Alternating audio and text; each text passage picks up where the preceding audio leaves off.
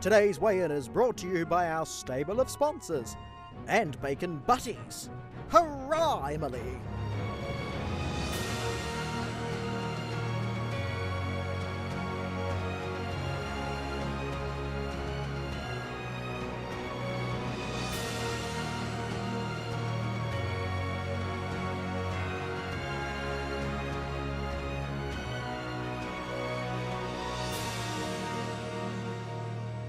That was our favourite there in Orchestral. She looks a picture of health, doesn't she? Taking it all in, absorbing the atmosphere here at Ellerslie ahead of the Derby.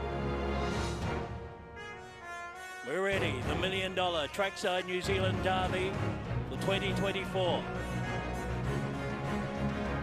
This holds them there at the moment. Favourite is in barrier 10, Orchestral. Let's bring it on. Gates open, they're off.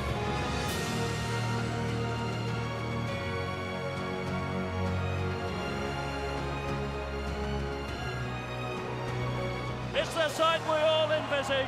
It is going to be Orchestral, an orchestral masterpiece in the Derby.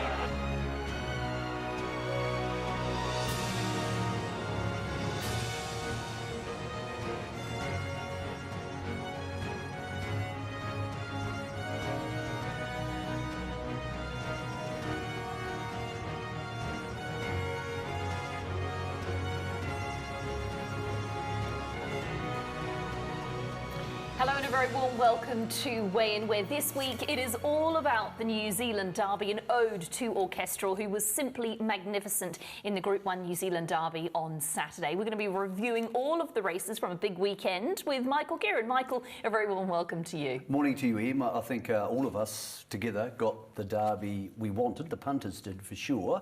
Maybe not the connections of the other horses, but I think a lot of them were conceding defeat before they went in. There was drama, there's some incredible numbers out of the race, which has been fantastic. And now, once we review this and talk about what happens next for Orchestral, we're going to talk about the Auckland Cup, because there's been enormous drama involving the signature race of Cup Week, Emily. Over the last 24 hours, horses have dropped out of the race. Horses like Mark Twain, who are boosted, have now got into the race. We'll explain all of that later on. And we now know where Imperatrice is going, which means we have a double banger Saturday coming up this week with two Group 1s at Ellerslie and our best horse trying to equal Black Caviar at Flemington. It's a wonderful time to be in racing. It is. It's a roller coaster heading towards next weekend. Let's go through what last weekend, or the weekend just gone, provided, and we start, of course, with the Group 1 Trackside New Zealand Derby. The widest of all here. She's starting to close now, and behind them then as they head for home have got interlinked, but Orchestral, she's bounded up to them. Ellerslie erupts and she takes the lead. Orchestral, two clear from Ascend the Throne, and from Coast going a cheeky race. Further back then is Just as Sharp as they go to the 100 metres. It's the sight we all envisage.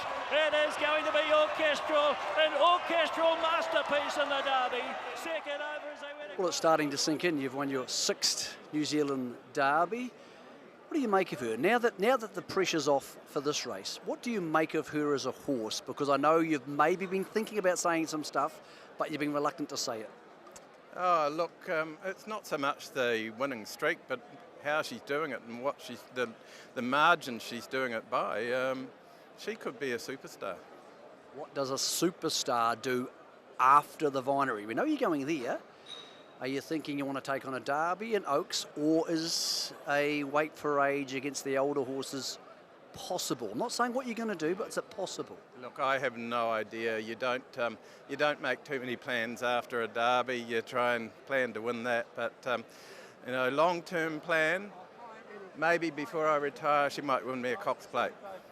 Is she a horse? Is she a valley horse for that type of horse? She does get back, but she's got a sprint that puts a lot of horses in trouble.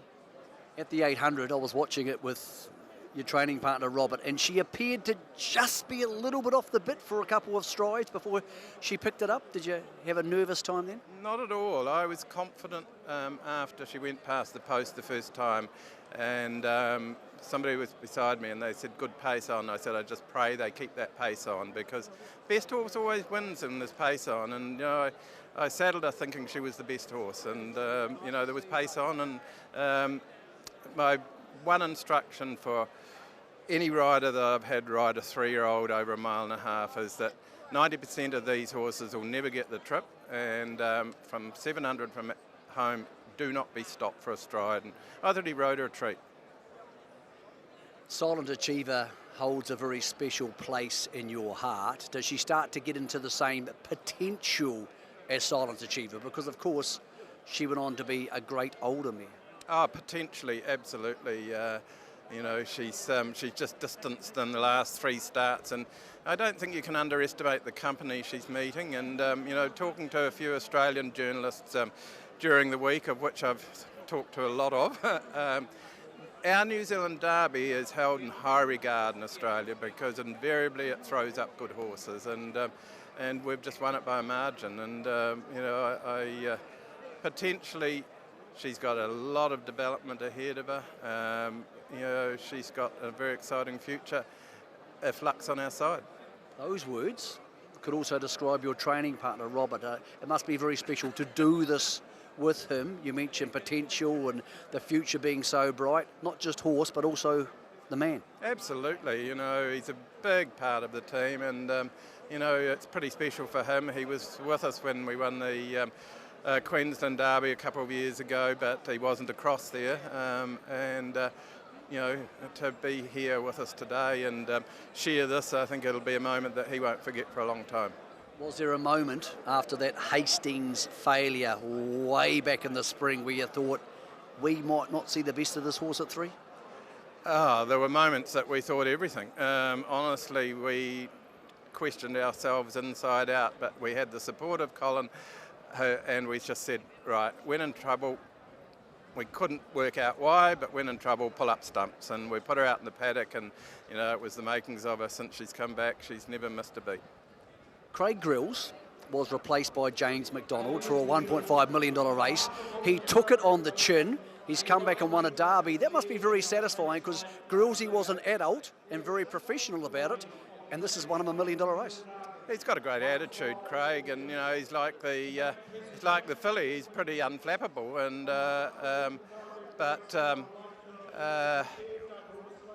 you know, temperament is everything. He did say he was a bit jittery earlier in the day, but, you know, he rode it coolly. Congratulations. Thank you. So much to unpack from Roger's interview, and I love what he says about her being a potential superstar. That's a man who's trained a lot of stars in his career, and to hear him talk about her like that is really encouraging. And she made a long sustained run. She sprinted off that long sustained run. So exciting where her ceiling is. We haven't found it yet. We sure haven't.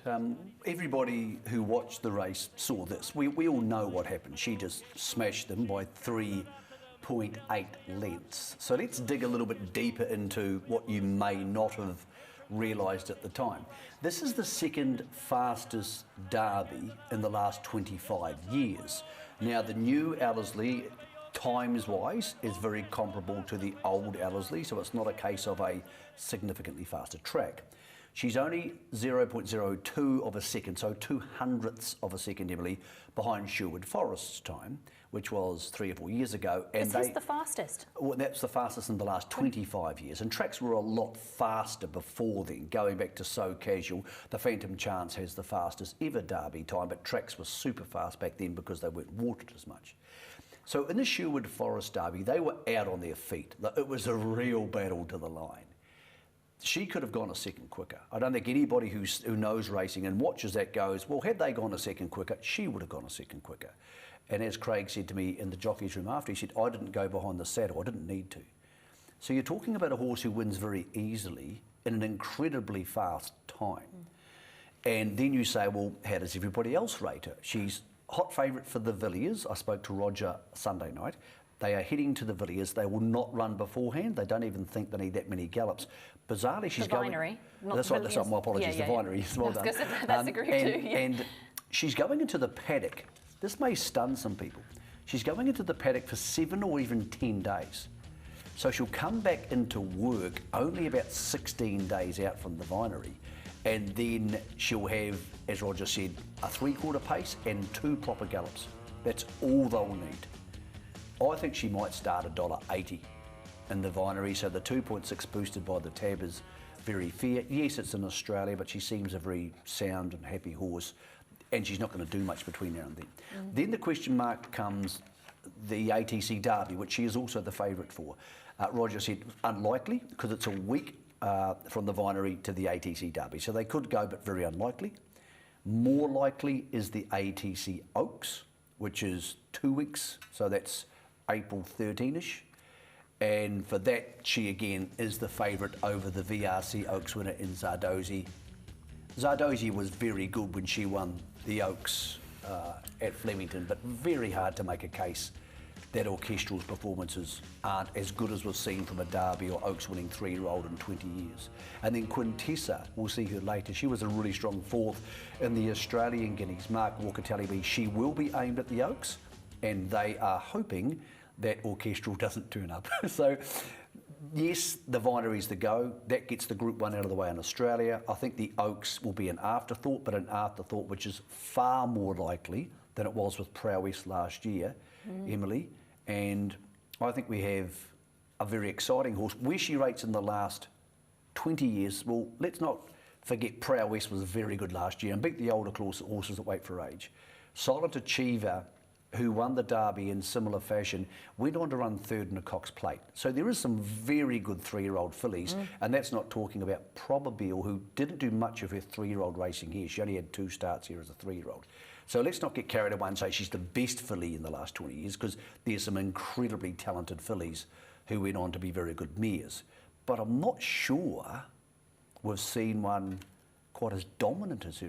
I can't think of one in the last 20 years. No, and she's got such a fan club, and that's only going to grow as she takes her trip across the Tasman. Best of luck to all the connections with the Vinery Stud Stakes. Let's get along to the Sunline Vase. That's next, and it was taken out by Positivity. For home now, Kelly Alpha Ash has loomed on the scene very quickly, then followed further back by Chorse, and in behind these next is Vera Rose down to the 200. Kelly Alpha Ash arranged up on the outside, battling away now. We've got Positivity, Vera Rose running on, and so too out wide is Still Bang On. Kelly Alpha Asher and Positivity. Positivity over on the inside. Positivity will get the prize in the Sunline Vase. Second, Kelly Alpha Asher. Third, there's photos between Still Bang On and Vera Rose. Well, Masa, well done. You're riding well. I thought she had to be very brave there, and so did you, making that move early. Yeah, I have to move her on the back straight to get outside leader, so I didn't really want to move too early, but when stablemate come outside me, she kicked by herself, so I thought better not lose the momentum, just keep going. Because she can stay. She did it last time. She just stayed in a nice pace all the way. So no, that was a good win, tough win. She was going really well through the line. Do you think she'll get the extra distance for the Oaks? It looks like she will. Yeah. Today was from outside barrier. She have to do the job early, but she kicked on well after the line. When other horses passed her, she kicked another gear. So. Yeah, why not? I don't see why not. You seem to be riding well. A lot of the senior jockeys tell me that you like to ask a lot of questions and you're very analytical. Do you think you're getting better as a jockey? Yeah, I'm trying to. Just any question I ask anyone really, everyone's nice at the jockey room, so they help me a lot. It must be nice to be getting on better horses too. Yeah, no, definitely. It helps me a lot. I'm just trying to give every horse a chance, and luckily people watch it and start putting me on nice horses, so I'm very appreciative. Have you spoken to Andrew Forsman? I believe he's in Melbourne. Have you spoken to him about maybe staying on this horse for the Oaks? Oh, no, I haven't talked to him yet. Maybe you should give him a call. Yeah, no, he should give me a call. Oh, great to see Masa Hasasumi and a treble on the programme at Ellerslie. Great for him, he's riding in such good fashion. And before we get to positivity, there was a lovely Facebook post from Adele McLeod, who is obviously our partner of Kozi Asano, and she wrote, "How cool is this? The last 3 runnings of the Group 3 McKee family Sunline Vase have been won by Japanese jockeys. Taiki Yanagida started the trend in 2022, Bellatrix Black, Kozi, Sakura Girl, and then obviously Masa recently on positivity." And she wrote at the end, "A coincidence or a little help from above," but very fitting and a lovely way to have a stakes race won. It sure is. Of course, everybody still thinks of Taiki. Here's the rose planted for him at Ellerslie. On Masa, so many people who know, I don't understand riding that well, but so many people who know tell me he's enormously improved. I was talking to Warren Kennedy about it, and he said Masa's always asking you questions. He wants to get better, and no doubt he is getting better, and trainers like Andrew Forsman and Roger and Robert want to put him on horses, and Wexford use him. Serious people are realising his potential now because he's getting better. And he rode this beautifully, because had he sat back in the field end, it wouldn't have won. He made a lightning move in the middle stages, which can go really wrong, and she now emerges a genuine Oaks winning chance as the field drops away, because Orchestral was in the market for the Oaks. We know she's not going there. Thought the second horse was really good. She actually just seems, I think the blinkers are going back on her. They think she just was having a little look, getting close to the line. Still Bang On was really good. The Satono Aladdin kicked in rather than the Dam side of the family, which is Sprinting Blood. And then we have this other big question mark over the Oaks market. So there's the horses we think are going. But of course, on Wednesday, we'll talk more about this later, we lost the Lowland Stakes, which now goes to Taupo, and in my belief, enormously the horses who raced on Saturday have an advantage over those who will have to go to Taupo, because they all went to Hastings, they've got to come back again. They've all got to go to Taupo and come back again, then go to Trentham 8 days later, which is not undoable, but less than ideal. So I think the horses out of that race and the form out of that race more logically will stand up for the Oaks in 12 days' time. Yeah, good stuff. Let's get you to the King's Plate. That's the next race we highlight, and it was one for the sprinters, Maria Farina, the winner. 2 lengths away, Mercurial comes away from the rail, then followed by Dragon Leap to the outside, Petrucci wider out, and behind them Maria Farina's trucking up nicely, down to the 200, Bonnie Lash, she's all out, Dragon Leap's coming after her, Bonnie over on the inside, Maria Farina gets that gap, Maria Farina, Dragon Leap, Mercurial, Maria Farina, Dragon Leap trying again, oh gee, that's close. I bet the whole family's enjoyed that one. Yeah, absolutely. Like, it's just a real good family moment. Especially because we know she got the big one down at Riccarton, but she's beaten 2 or 3 of the best sprinters in the country here, so she's really stood up. Yeah, absolutely. And I said to Aidan pre-race, he said, "Do you think she can turn the tables on Bonnie Lass and Mercury?" And I said, "I think she can. You know, she was very unlucky not to win the Telegraph. We've always had a high opinion of her. There's no doubt about ability-wise." I said to Mum and Sam during the week, I said, "I'm not scared of anything." I said, "They should be scared of her." Well, you're right. What about that short sprint? I don't think I've seen many horses pull up from full speed 100 metres after the line. The rest of them went past the crossing, and she was almost back in the stables.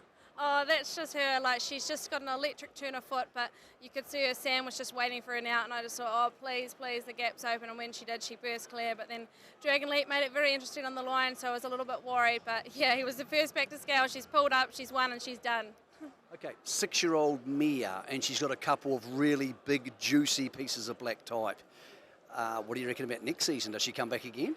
Yeah, absolutely. Dad and I have sort of spoken that we'd like to come back and try and win Railway Telegraph sort of thing. You know, we were a bit unlucky not to win it this year with her, so I don't think she's done yet. It's been a pretty couple of amazing years for you, because obviously you've come in and it seems to have coincided with the time where the family's had some really good horses around them and getting some other good horses to train. It must be very exciting getting out of bed in the morning.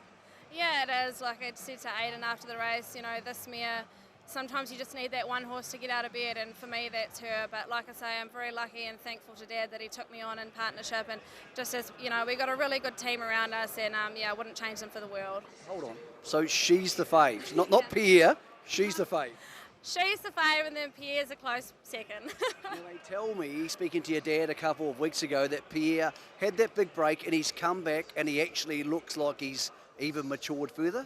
Yeah, absolutely. He come back into work and he's actually at the water treadmill at the moment, but he come back and he's just grown a whole hand higher and he's just 10 times stronger. And we just think what he did as a 3-year-old winning the Guineas and the Hawke's Bay Guineas, he just did that on pure ability. You know, a lot of people probably have written him off after last season, which is fair enough too, but he's just been weak. He had his niggly issue, he's come out, he's gone out, he's come back, and I just think you'll see a different horse this season. Don't know if you're watching the coverage on Saturday, but you could see the panic on the faces of the Weatherlies and then the relief and the excitement when she did get the nod on the line. It went oh so close, but awesome for them, the family unit. Great that they can do that all together. And for Maria Farina, God, she's a tricky ride. If you can get it right, she is electric. I don't think I've ever seen a horse in a sprint race just pull up. Like usually at Ellerslie, they run way past the crossing. She pulled up halfway between the winning post and the crossing. You just don't see that. No. Here she's looking for a gap, and we'll talk about some of the others in a second, and Sam's had to be really patient. That's the way to ride her though, isn't it? Hold her up, hold her up, hold her up, and 100%. then let her go. But when he lets her go, watch her in the last 5 strides. You can see her thinking, nah, I've done my job here. And watch her she shortens her stride. Just there. She's like, nah. And then Dragon Leap almost gets her. So she's obviously got a few tricks. She's also got a very imposing record. That's why I asked Briar about next season, because she's a 6-year-old mare. And if you go back over her record in the last 12 months, in the last 12 months she's won the Lightning, which is a black type race. She's won the Stewards, and now she's won the King's Plate. And usually a mare who's a half to a 2,000 Guineas winner in Pierre would just go to the paddock and they would breed from her, because she's also run 5th in a Telegraph and 3rd in a Westbury. So that's serious female form. So cool to hear they want to bring her back and maybe try for a Group 1, which is not impossible. Dragon Leap was good. I think a couple of horses in that race are getting to the end of their campaigns. They're getting tired. Bonnie Lass has been in every bun fight you can imagine. I think some of these horses, a couple of them, talking to Stephen Marsh about Mercurial, who was unlucky, Emily, they're keen to go to the Lightning potentially at Trentham. I think some of the others will be heading to the paddock with a very solid base of work, and we've actually spread our biggest sprint races. Not that it was one of the biggest, but it saw a lot of them clashing with each other. We've pretty much spread those between all the different horses. So Imperatrice being out of the country in some ways has been good for these races, because if you had in Babylon Berlin, who won a good race about 3 months ago, we've had like 5 or 6 different winners of our major races. Maria Farina has been one of the few horses who's managed to win more than one of them. Yeah, it's been really competitive, hasn't it, in the sprinting ranks. We also have the Mufasa Stakes to touch on, and talking of competitive, it was all go for the 3-year-olds. Irish Legacy looks to run on, and further away then to Trobriand at the 300 metres. Mow It Down made the lead here. Now looking to run on, certainly getting the gap 3 off the rail. Running on also is Toshi Ford, and then came Ethereal Star. Mow It Down in front, certainly a length and a half away, but closing quickly now. Mow It Down certainly hasn't got her yet, but certainly he's going to get there. Certainly got up to beat Mow It Down. Irish Legacy, I think, raced into... I know you guys love training a good horse, and you love training one for your mates at Waikato Stud. Yeah, we've had enormous success training at Waikato Stud. We just love these Savabeel fillies, and Mark and Gary and the whole family are fantastic to train for, and we just like doing business with them. It's fun. Okay. Would she jump on a plane and head across to Cranbourne and then the Valley or something like that? She's probably a filly that's going to have another race here. We'll just see how she comes through the race and make a decision next week after talking to Mark and Gary Chittick. You made the Imperatrice decision on Friday morning. Not worried about 58 kilos at all? Is it a case that that's preferable to maybe travelling to race at Weight for Age in Sydney? Well, I rang 2 people that I have enormous respect for. One is regarded as the best form analyst that I met, and Robbie Waterhouse put me onto him, and this guy assured me that she could win with 58 kilos. So then I spoke to an ex-handicapper at Melbourne, who's now the handicapper in Hong Kong. So Greg Carpenter, and he assured me that she could win with 58 kilos, and we came to the conclusion that her main target this campaign was the TJ Smith, so we thought it was best for her to stay in Melbourne and go to Sydney once for the TJ Smith, which is what we're definitely going to do. It was really good to see a good filly and certainly back in the winner's enclosure, because she started a short price favourite, didn't she, the start before, and still ran a great third. And she was oh so good in that Live-In Classic. So that's a very well-deserved stakes win, a great addition to her pedigree. Yeah, she is good. And I spoke to Mark Walker yesterday, so an update here. She will be heading straight to Australia. So she'll head there and she'll race on the same day Imperatrice races under William Reid, which is March the 23rd. Before we get back to her in a second, I think there's another very good horse in this race. Look for the Christopher Grace colours, the green and the yellow back in the field, Irish Legacy. It couldn't get a gap. It's having its second start. By no means am I taking away from Certainly, who's a very good horse. But this is a totally unknown horse. It only had one start. Look at it flashing through the line. So 3 fillies, because it was an open race, but the fillies, 1, 2, 3, so they all get black type. So she's out of Shillelagh, so she gets black type as well really quickly, and so does Mow It Down. So a total success for the race.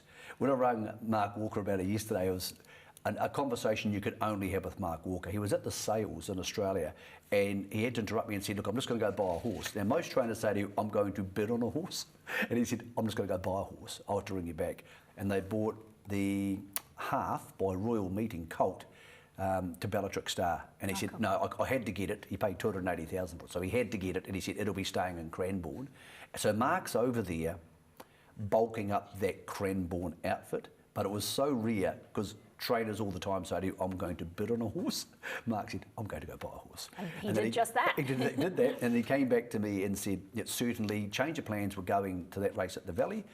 Obviously, Waikato Stud, they understand the value of black type in Australia, and that's what I presume she'll be hunting to get. But out of that race, she is obviously very good. We all knew that. Irish Legacy has a little bit of something about her that she could be another really good horse for the James and Wellwood team. Yeah, exactly right. Well, let's get you along to one of the innovation races in the Rangitoto Classic, and it was taken out by the yellow and black of Cambridge Stud with Jarthy. Chattahoochee, Novak, further back Jarthy, then Lin Jung Jiong Feng down the outside. Pour the Wine made the lead. Jarthy's coming after it quickly. Town Crier still there on the inside, giving plenty as well at the 150. It's Pour the Wine, Town Crier on the very inside, and Jarthy out wide in the centre's got the lead, and Jarthy will win the Rangitoto Classic second over. All right, now that was a good winning performance, but I've got to ask, how were you possibly not in the top 10 trainers on the Stakes Premiership on December the 1st? I think it was earlier than that, Nick. I'm not sure. Remember the 30th was the cut-off point? Okay, I'm not sure. I don't know. Must have snuck in. You might need some more horses. You better speak to Big B. Yeah, I hope so. Great when you are not in that top 10, which meant that all your horses are eligible for this. When did you start thinking Jarthy, which is Ifraj, spelt backwards, was the right horse for this race? When the races were announced, Brendan, I think they sent him the program first, and he had lots of horses marked down for them, and we went through them, and just the timing was right for Jarthy where she's at. We probably thought it might have been a little bit soon for her, but you know, Brendan's philosophy is have a go, and we have. We can always go back to a rating race if we didn't perform in this level, but she has performed at this level, which is great. You said Brendan chose those. Is that him and the team, or does the big boss himself actually get involved in scrolling through the horses and trying to pick out a few races? Yeah, well, I've got to get the mailman to stop sending him the program book first, because he gets it before I do, I think. And it's a team effort, and we all sit around the table and map out their programs and work, as I say, work as a team. And when you do it like that, the right decision makes itself. She stands over a lot of ground, like she's a big long thing and not a lot of weight on her. I would suggest she's going to get a lot further than that. Yeah, she's been a pretty hard work. She's not probably the most difficult horse I've had to train as far as track work and her temperament a little bit, but she's getting better with age. She doesn't carry a lot of weight, but I think next year we'll see the best of her. Okay, is your stable star coming back here, or one of your stable stars, you've got plenty, coming back here next week for the Bone Crusher? Yes, Sacrocade, really happy with her. You know, she's flying at the moment and looks great. A lot of the horses' coats are slowly turning, but hers is still very bright and she's dappled up. It's been a wonderful last 14 months for you. Is it a case that you're doing anything differently, or is it the stock around you, or a combination of both? Because it's been an incredibly great strike rate period in your life, and you're winning a lot of big races. I think it's a combination of everything. The quality of your horses, the team effort. We've got great staff. Brendan and Joe and Henry and the stud are fantastic. So I think it's just growing from strength to strength from year to year. Where's Habana got to? Habana's out for a spell, but he'll come back next season as well. It's become really unusual to have a premier race day and not see the Cambridge Stud colours taking out one, if not two or three races. And Jaffe looks really sort of unexposed, a horse that's on the up and still plenty to offer. Yeah, she's very un-Ifraj looking, isn't she? Like, she's very long and she's very skinny. Like, she's probably got 50 kilos to put on somewhere in her life before she's a fully developed mare, but she's good. Like, she's hitting the line really strongly here. I thought Pour the Wine loomed up to win. I just don't think she got the 1500. Again, the stride started to really shorten the last 100 metres, but it was worth having a crack at. And I thought Town Crier was really good after a long season where she started her season beating Prowess. She's done a really good job. Let's hope that race gets listed type at some stage. It should have, to make it more appealing to those mares. Again, the mares first, second and third. And that was the story of the day. Female trainers or jockeys and female horses won everything that mattered on the day. So a total girl domination. But yeah, I think we'll be seeing a lot more of her. Interesting to hear Lance say that Brendan Lindsay gets the programs and looks at them. That must be scary when Brendan rings up and says, right, I've decided we're going to do this. Targeting this, exactly, because you can't really say no. Very hard person to say no to, Brendan, but I agree with you. He picked the right race. He's doing a good job. Well, he is. We'll keep him on. Their colours, I agree with you. In the last 18 months, I've always liked their colours. I think they're good-looking colours. And once you attach them to a great horse like Probabeel, you start to warm to them really quickly. But man, they've been on some horses who have got some black type in the last 18 months. It's been quite dramatic. Not the turnaround from Cambridge Stud, but the renaissance. And the growth, yeah. And the growth has been fantastic for them. So, yeah, I agree with you. Most big weigh-in shows, we have a Cambridge Stud piece. Yeah, we do. Let's talk about the stayers next, and it was the Nathan's Memorial, and this one was won by a surprise package in My Maybelline Girl. From Good Oil, 3 away Kiwi Man, Oh So Savvy, Mezzabine has 7 to make up on this leader. Further back Trust in You, Waisaki and then Wordsworth and Canny Rock at the 200. My Maybelline Girl 2 in front from Good Oil. Mezzabine starting to steadily wind up and so too is Trust in You. My Maybelline Girl taking very light footsteps. Trust in You ranged up on the outside. My Maybelline Girl got there though, I reckon. This is close. My Maybelline Girl and Trust in You. Good Oil third. Oh, she was good, wasn't she, My Maybelline Girl? And what about Lindsay Satherley? She can do no wrong. She's the Cups queen, the staying queen at the moment. And My Maybelline Girl, what's the Auckland Cup vibe? I know you made a lot of phone calls to a lot of people about how this market's going to shape. Well, I went down the Auckland Cup rabbit hole yesterday, listeners, so viewers. So here's what's happened. First of all, to Kylie Little, congratulations. My Maybelline Girl is in the Cup. They will start. So she leapfrogs the ballot. Kylie telling me a great story. She's only got 4 horses in work and she's never had a starter in an Auckland Cup, a Wellington Cup, a New Zealand Cup. She said, I've never even had a starter in the Waikato Cup. So she said, we're going to go. Now, here's what's happened since that. When it jumped into the field, it put Mark Twain out of the field, who's been one of the backed horses in the race. Then I rang every trainer in the Cup yesterday, which took some doing, but it was awfully good fun. Thank you all for answering the phone, apart from one I couldn't get hold of.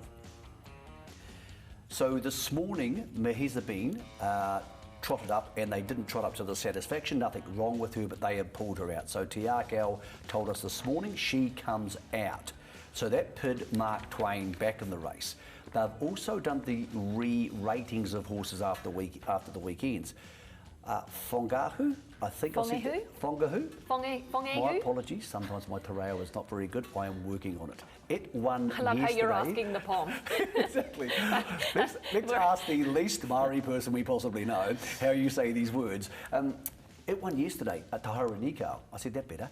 And it got re-rated 5 points this morning on a Monday. So where does that leave us? Well, it and Mark Twain have now got into the Auckland Cup. They are confirmed because one of the Tiakau horses has come out, and also, this really surprised me. Can He Rock lost a couple of points, or at least a point, so went down.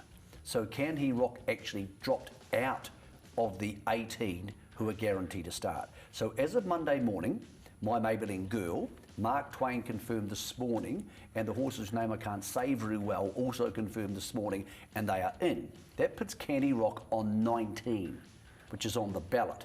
But all is not lost, because we have horses to work on Tuesday morning. We know they may not trot up well on Wednesday. But also, speaking to Robbie Patterson, he said the Wellington Cup winner Mary Louise is going to accept, as she should, he said, but unless there's rain in Auckland, if the track's going to be as firm, which it usually is now, as it was when she turned up a couple of weeks ago, she's not going to start. So don't be too concerned if you're a Can He Rock fan or connection. It is still a very good chance of getting into the race, but there were a lot of moving parts from the time My Maybelline Girl won to Te Haurenikau yesterday to the re-rating this morning. And you now know as much as I do. Okay, I think I've just taken a micro nap. I'm back. I heard your mouth was moving. I heard a bit. Should have brought the notepad. Anyway, let's get you to a break. On the back of that, Wingatui and Australia here on Weigh In.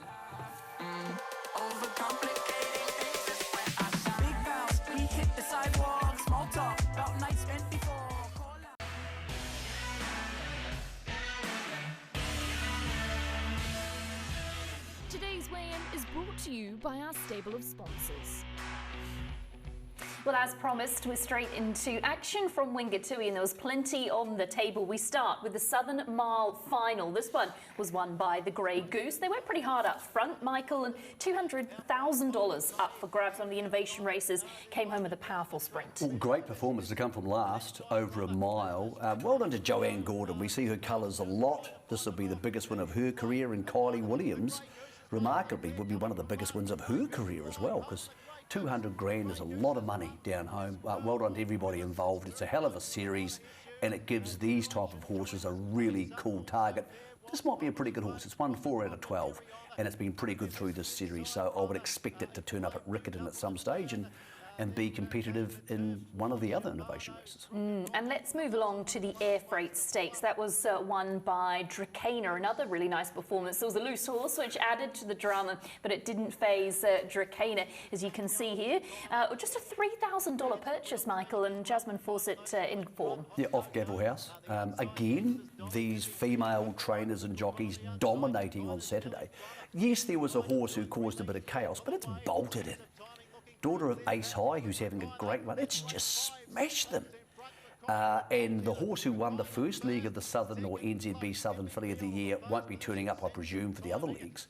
So she's got a really good shot at this, which goes to 1,600 at Riccarton next time, and then 2,000 metres at Riccarton for the last race, the War Step.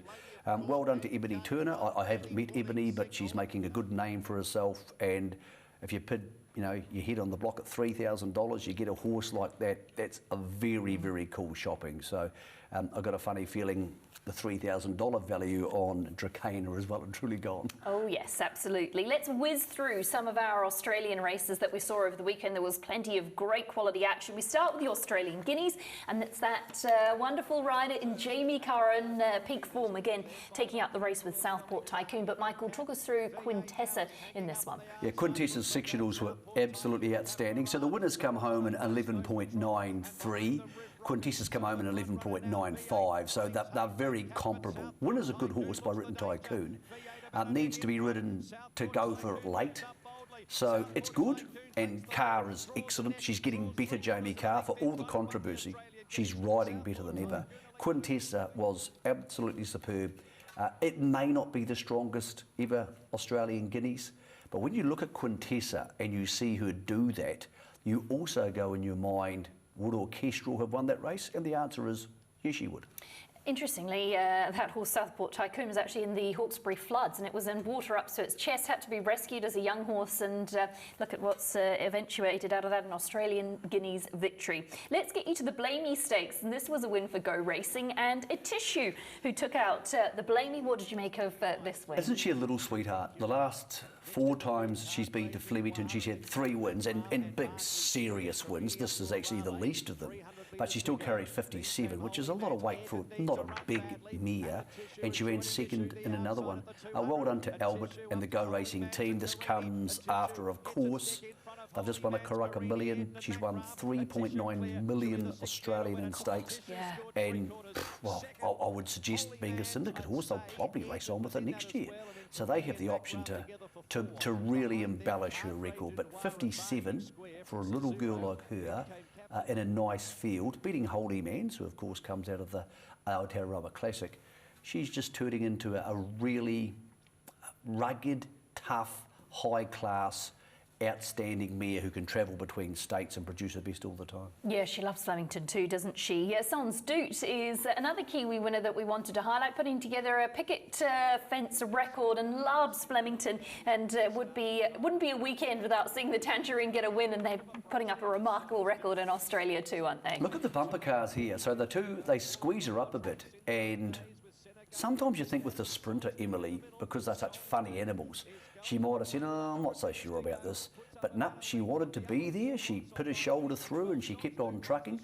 Spoke to Mark Walker again yesterday. He said, we need to go find some black type. She's got some black type already, but we need to find some Australian black type because it's worth so much. So she's heading to a 1,000-metre race down the chute in a couple of weeks, or down the straight, and that's going to be her attempt. But really gutsy performance to put a shoulder into these two horses, not be intimidated by them, and push through like a pretty darn good horse. Yeah, we take you to Randwick next, where we enjoyed some Group 1 action. And we start with the very elegant stakes, renamed in the wonderful New Zealand mare's honour. And it was all about Fangirl and pre-start betting. But Michael, think it over, he always pops up when you least expect it. Him and Nash are a great combination. Well, ironically, this is the horse that Nash, of course, once went wide on to win a big race. Well, he's cut the corner here. And I think he's got a break on James and Fangirl and just got away on them.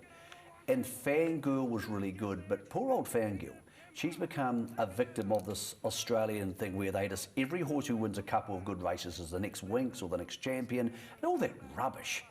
And then she is pretty good. She is pretty good, but she's not as good as she shouldn't have been $1.30 in that race. No. They get so carried away with horses over there, and then they're all superstars, and then when they get beat, they slag them. It's a horse. The race didn't go its way. It was a beautiful ride by the winner. Half the time, they make a rod for their own back with these horses. And it's not Waller, it's not James. It's the hype machine over there gets so carried away, and no one wants to disagree with anybody else, that when they get beat afterwards, everybody acts like it was some national tragedy. It's a very bizarre thing. Is this your vent? Is this your vent? You know what's important to me? It's important to me, Emily, because Michael. It's money. And when you're talking about money, you shouldn't get carried away with people's money. Tropical Score was good. Adam Hieronymus riding in fabulous form. I think this will be the best of the prized icons, which probably isn't saying that much because it's an unusual breed. But yeah, obviously a very tough filly, very strong filly. These mainly are some of the fillies that Orchestral may have to meet in the vinery in a couple of weeks. That's the second Group 1 now. She is tough. Yeah, she won, of course, and she went to Victoria in the spring, and she was good there. So look, she's obviously a pretty sharp horse, and just goes to show you, prized icon's not a stallion we ever talk about at all, and it's he's got himself a good one. Let's get to the real star of Saturday at Randwick, and that was, of course, Storm Boy in the Skyline Stakes, and he is good, isn't he? No, you're going to slag him too? No, he's a horse who deserves the hype. He's a horse who deserves the hype. Oh, thank God. He's big and he's strong and he's worth a bunch of money. This was the most important race of the weekend. Yeah. Because if he got towed up, he might have lost about $10 million in value. Whereas, it's already sold, isn't he? Yeah. Well, yeah, but the problem is someone bought him. So James was very complimentary about him too. That was because that's a first ride for James on him prior to the slipper, and he really spoke highly of him, which is very encouraging. And well, if you look at that market, the Golden Slipper is a done deal. I always find the Golden Slipper a really, really tricky race to bet into or know what's going to happen because 2-year-olds can get so shinny. But there's rain around in Sydney, which keeps the tracks with a bit of give in them, and also he's just a big, strong truck of a horse. I don't know enough about the other horses to know what's going to happen next, but I do know that it's going to take a hell of a horse to beat him. He's in the right stable, he's got the right rider. He doesn't need any more lead-up racing. It just sort of paints itself, really, doesn't it? Yeah, it does. Onwards and upwards to the Golden Slipper. A quick break for us, and on the back of that, we cover off the abandonment at Hastings. Secrets have been brewing up a storm. Did not expect.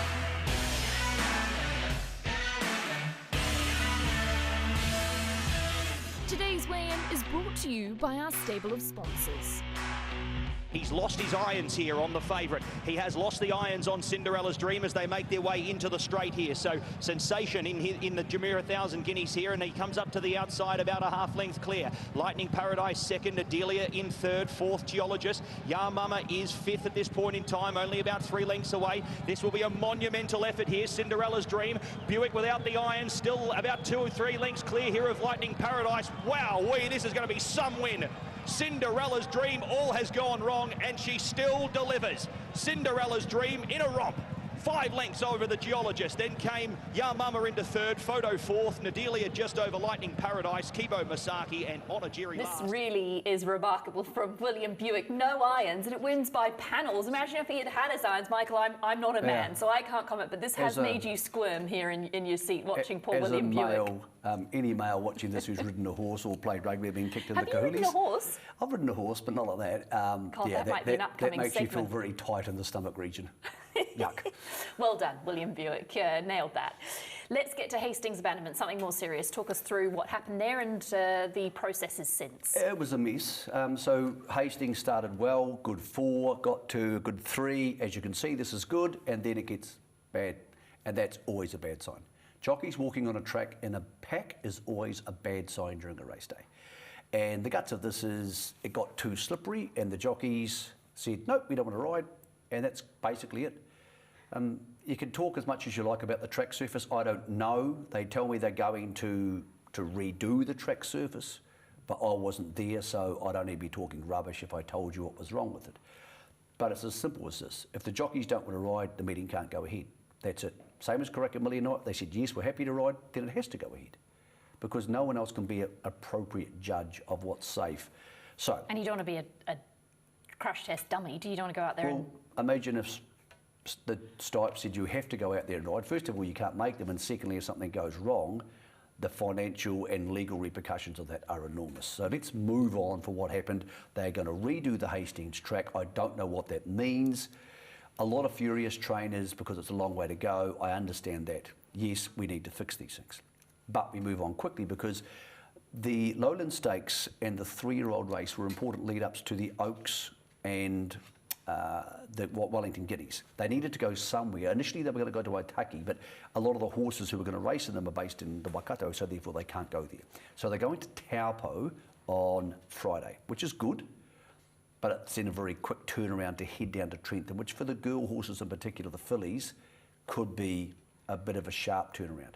I think they've done the right thing. I don't see much they could have done over the whole process, which could have been done better. And the Hastings track, I presume, is now going to have either a mini Reno or some sort of renovation, hopefully to be back for Hawke's Bay Cup time. We enjoyed a wonderful day at Ellerslie on Saturday. Paul Wilcox talks us through one of the new hospitality areas on track. Wilco, behind us is the Winning Post Bar, and I know there's a lot of things going on at Ellerslie, but you must be pretty proud of this. It looks very cool. Yeah, it's something that obviously we've partnered with Entain. It's taken a while, but we've got there, and look, there's a lot of people here today having a really good time, and for the everyday punter, that's where they're going to be able to come to be on course in one of the best spots on a race day. I like the fact that some of the horses who have won major races this season get adorned on the walls. It's very US basketballish, and it gives a real feeling to people, I suppose, of aspiration to get their horse up there. 100%, and that's what we want to do, is celebrating those champions, but also giving people a place to come to where it is the best spot on course, but they can see what's going on. They've got massive TVs in there, heaps of different SSTs to place their bets, their phones obviously, but no, we're really delighted how it's come up. Okay, obvious question. Race day, it's going to be full or have a lot of people. That's an easy one. What about, say, Group 1 day at Trentham or Riccarton or Hastings? Why not open the doors and say to people, come along and have the racing experience without having to go all the way there? Absolutely, that's something that we want to explore and really push and get going. There's so many great races that happen outside of Auckland, Te Rapa, Wellington, Riccarton and all the other tracks, but here they can come and watch the races, be on course, but there's obviously no horses racing. So Ellerslie has a ginormous function centre. I take it something like this would be for hire if needed on appropriate days? Yeah, we actually, whilst it's been built, we had a function on Friday, and they were asking if they could come into here rather than the room they were in. So, yeah, look, it's available to, and they can put on their TVs, the big screens, and have whatever they want on. But it's very versatile, so we'll be maximising the use of it. Okay, today's Derby Day, and we are spreading our resources between Derby Day, Cup Day, and of course, some people went to Karaka Millions, and maybe they can't afford to go to all three. Do you see this being the bigger day of the two, or do you have more bookings for Cup Day next week because it's more sort of a end of summer gig? Two answers to that. Number one, Cup Day's already got more people coming than what we've got here today. We've got a good crowd here today, so we're not ecstatic with the size, but it's something we'll work on. But when we get to next year where we have Champions Day and bring those two together, that's going to be next level. That's going to be another Karaka Million type crowd. So for me, the Cup for some reason has always been more exciting to the general public. Whatever reason for that is, I don't know, but bringing the Derby onto that day with the NZB Kiwi and all the other races, it's going to be a fantastic day. The NZB Kiwi auction on Tuesday night was almost a dream come true. You can't believe it actually happened. And it almost, for the first time, Paul, it got me thinking about Champions Day and what it's going to be like. Yeah, look, we were blown away with the prices that some of those slots went for. To me, it's just the excitement that we can feel and see in the industry at the minute. So long may it continue, and it can only but be good for everyone racing in New Zealand, which is what we're all about. Yeah, and a big thanks to Paul Wilcox and the team for a magnificent day of racing. Now, Michael, I know you want to talk about the Ellerslie track. There will be time for that, but I've got a surprise for you. Oh, no. Strap yourselves This is in. bad. Okay, so Michael doesn't know that this is coming, but Oh, this is bad. I have a bacon butty. Yes! I got up at 6 o'clock this morning, and What's going on at breakfast today yet? I made, and I'd love you to try it. I'm not going to try it on television. Oh, come on. No, I'm not going to. You're not going to try it. Please. I might. I might while we're going to. By the way, I'm going to have this in a second. Ellerslie track, very good. So what did your husband say? Because he's a jockey. He didn't say anything, which I think says it all. A good Says sign. that it was perfect. The track was good. They came from inside. They came from outside. Yeah, everybody's calmed down a little bit. In my ear, I'm getting eat it. I'm going to eat this now. You're not going to drag me, are you? No, why would I drag you? You No, don't need I'm drugging. worried about that. You're out there enough as it is. No one needs to drug you. And I believe we've got a weigh-in special coming up too later on. Oh God, this Okay. is stressing me. There potentially is a ballroom dancing lesson of happening. weigh-in. We just want you to eat the bacon Okay. butty before I see we where we can. go. We can say go. Oh, good. We Hey, said you're not bad. before you even tasted. I can't believe you've only been Can you just look at I the can't egg? believe No, you've no, only- no, the Oh. egg, the egg. Good. Yeah. Okay. Yeah. This is really thanks. good. You're trying to fat me up. I can't believe Opie can still ride. That's fattening, man. It's like 600 calories. He didn't have one. I didn't make him one. Thank you, morning. Okay, we got to go. Michael's going to finish his bacon We're butty. going ballroom dancing in a couple of weeks. Yeah, we are. Okay, We are. see you next Bye. week. See you Goodbye. next week. Bye.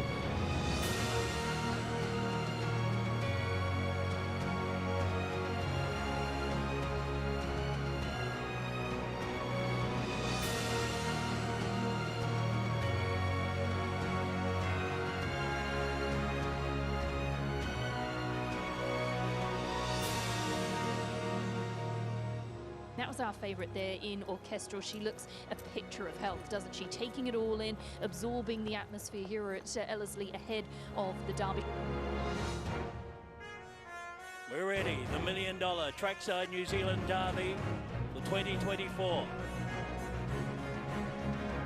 This holds them there at the moment. Favourite is in barrier 10, Orchestral. Let's bring it on. Gates open, they're off.